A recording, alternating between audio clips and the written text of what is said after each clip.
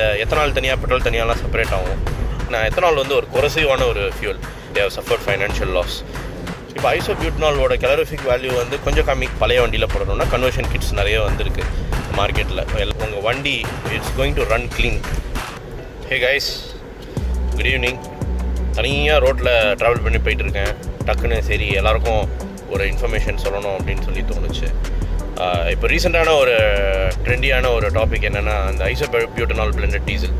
So இந்த ஐசோபியூட்டனால் blended diesel அப்படின்றது use பண்ணால் பெனிஃபிட்டாக இல்லை டிஸ்அட்வான்டேஜாக அப்படின்னு பார்த்தீங்கன்னா டெஃபினட்டாக பெனிஃபிட்ஸ் இருக்குதுங்க. டிஸ்அட்வான்டேஜ் அப்படின்றது வந்து நம்ம எத்தனால் அப்படின்ற ஒரு கான்செப்ட் எடுத்திங்கன்னா, எத்தனால் வந்து ஒரு கொரசிவான ஒரு ஃபியூல்.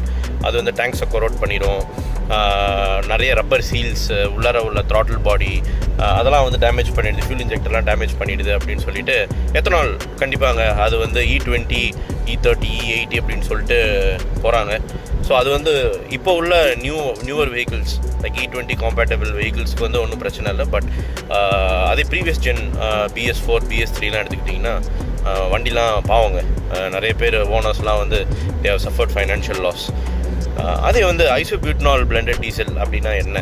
ஸோ ஐசோபியூட்டனால்ன்றது வந்து பார்த்திங்கன்னா it is an reducing agent and it is an oxidiser. அதாவது அதுக்குள்ளே வந்து பார்த்திங்கன்னா நிறைய ஆக்சிஜன் காம்பவுண்ட்ஸ் வந்து பார்த்திங்கன்னா பைண்ட் ஆகிருக்கும். அண்ட் ஐசோபியூட்டனால்ன்றது வந்து பார்த்திங்கன்னா ஒரு ஆடிட்டிவ்னு சொல்லலாம். என்னதான் வந்து ஐசோபியூட்டனால் வந்து ஒரு டீசலோட உங்களுக்கு கலரிஃபிக் வேல்யூ வந்து கொஞ்சம் கம்மியாக இருந்தாலும் அதோட பெனிஃபிட்ஸ் வந்து என்ன அப்படின்னா, இப்போ ஐசோபியூட்டனாலோட கலரிஃபிக் வேல்யூ வந்து கொஞ்சம் கம்மி, லைக் ஒரு போர்ஷன் கம்மின்னு எடுத்துக்கிட்டா கூட நம்ம பிளெண்ட் பண்ண போகிறதுன்றது வந்து 5 to 10%. ஸோ அந்த 5 to 10% பிளெண்டான ஐசோபியூட்டனால் டீசல் வந்து பார்த்திங்க அப்படின்னா உங்களுக்கு மைலேஜ் ட்ராப் வந்து ஒரு 1 to 2% தாங்க இருக்கும். ஃபார் எக்ஸாம்பிள் உங்கள் வண்டி வந்து ஒரு 15 கிலோமீட்டர் மைலேஜ் தருது அப்படின்னா ஒரு 14.5 or 14.6 வரும். So the mileage drop is very negligible. And power ட்ராப்ன்றதும் வந்து நீங்கள் ரொம்பலாம் வந்து சொல்ல முடியாது. ஏன்னா ஐசோபியூட்டனால் வந்து it completely blends with diesel. அதாவது ஃபேஸ் செப்பரேஷன் தனியாக, இந்த எத்தனால் தனியாக பெட்ரோல் தனியாலாம் செப்பரேட் ஆகும், அந்த மாதிரிலாம் எதுவுமே ஆகாதுங்க. ஐசோபியூட்டனால்ன்றது வந்து உங்களுக்கு கம்ப்ளீட்டாக பிளெண்ட் ஆகிடும் டீசல் கூட. And isobutanol it burns cleaner. Carbon content வந்து கம்மியாக இருக்கிறதுனால அது பேர்ன் ஆகும், நல்லா பேர்ன் ஆகும். ஆக்சிஜன் காம்பவுண்ட்ஸ் அது கூட இருக்கிறதுனால, ஆக்சிஜன் மாலிகுல்ஸ் இருக்கிறதுனால it Burns more efficiently and helps diesel burn more easily. அதனால் என்ன ஆகுது அப்படின்னா உங்கள் வண்டி it's going to run clean.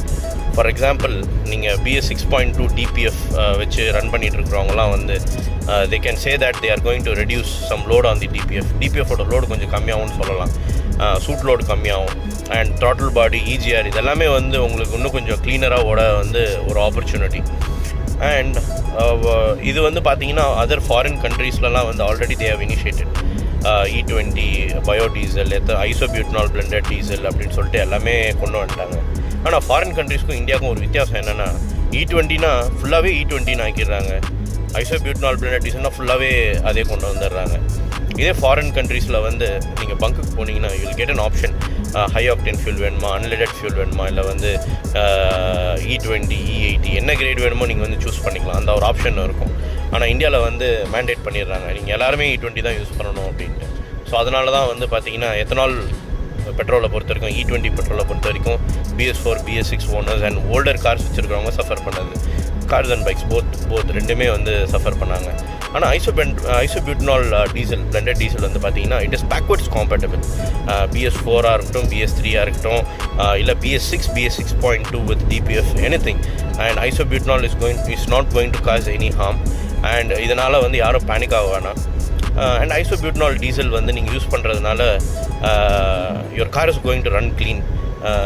மெயின்டெனன்ஸில் கொஞ்சம் காசு கம்மியாகலாம். அண்ட் இஃப் த கவர்மெண்ட் வந்து டீசலோட ப்ரைஸை கம்மி பண்ணி ஒரு 80 rupees கொண்டு வந்தாங்க, ஐசோபியூட்டனால் பிளெண்ட் பண்ணியிருக்கோம், ஸோ அதனால் ஒரு 10% ப்ரைஸ் கம்மியாகுது அப்படின்ற ஒரு ஆப்ஷன் வந்தால் கூட நம்ம பாக்கெட்ஸும் கொஞ்சம் வந்து லைட் வெயிட் ஆகுங்க. So let's wait and see என்ன ஆகுது அப்படின்ட்டு. But rest be assured, 5 to 10% of isobutanol blending உங்களுக்கு காரில் மைலேஜும் சரி, பவரும் சரி உங்களுக்கு வந்து நீங்கள் அந்தளவுக்கு நோட்டீஸ் பண்ண முடியாது. E20 பெட்ரோல் மாதிரிலாம் கிடையாது. This is somewhat different great. And ஐசோபியூட்டனால்ன்றது வந்து அக்ரிகல்ச்சர் வேஸ்ட்டை வந்து ஃபெர்மெண்ட் பண்ணி தான் எடுக்கிறாங்க. ஆனால் ஐசோபியூட்டனால்ன்றது வந்து it is completely compatible with diesel fuel blending. அதனால் வந்து நீங்கள் வண்டி நாசமாக போயிடுமா, ஒரு வேளை ஐசோபியூட்டனால் பிளெண்டட் டீசல் வந்தால் நம்ம என்ன பண்ணுவோம், ஒரு வேளை நம்ம எதாவது கன்வர்ஷன் கிட்ஸ் எதாவது போடணுமா அப்படின்ற மாதிரி யோசிச்சிருப்பீங்க. எத்தனால் ஃபியூல்ஸ்க்கு வந்து கன்வர்ஷன் கிட்ஸ் நிறைய விற்கிறாங்க. ஆனால் எத்தனால் பேஸ்ட், அதாவது E20 ஃபியூல் போடணும், அந்த மாதிரி பழைய வண்டியில் போடணும்னா கன்வர்ஷன் கிட்ஸ் நிறைய வந்திருக்கு மார்க்கெட்டில் எல்லா வண்டிக்கும். ஆனால் ஐசோபியூட்டனால் டீசலுக்கு வந்து இந்த கன்வர்ஷன் கிட்ஸ் எதுவும் தேவைப்படாது. And moreover your car will be running clean and சீப்பான ஃபியூல் கிடச்சா it's more economical. So let's wait and see, guys. See you next time. Thank you. Tata. Bye bye.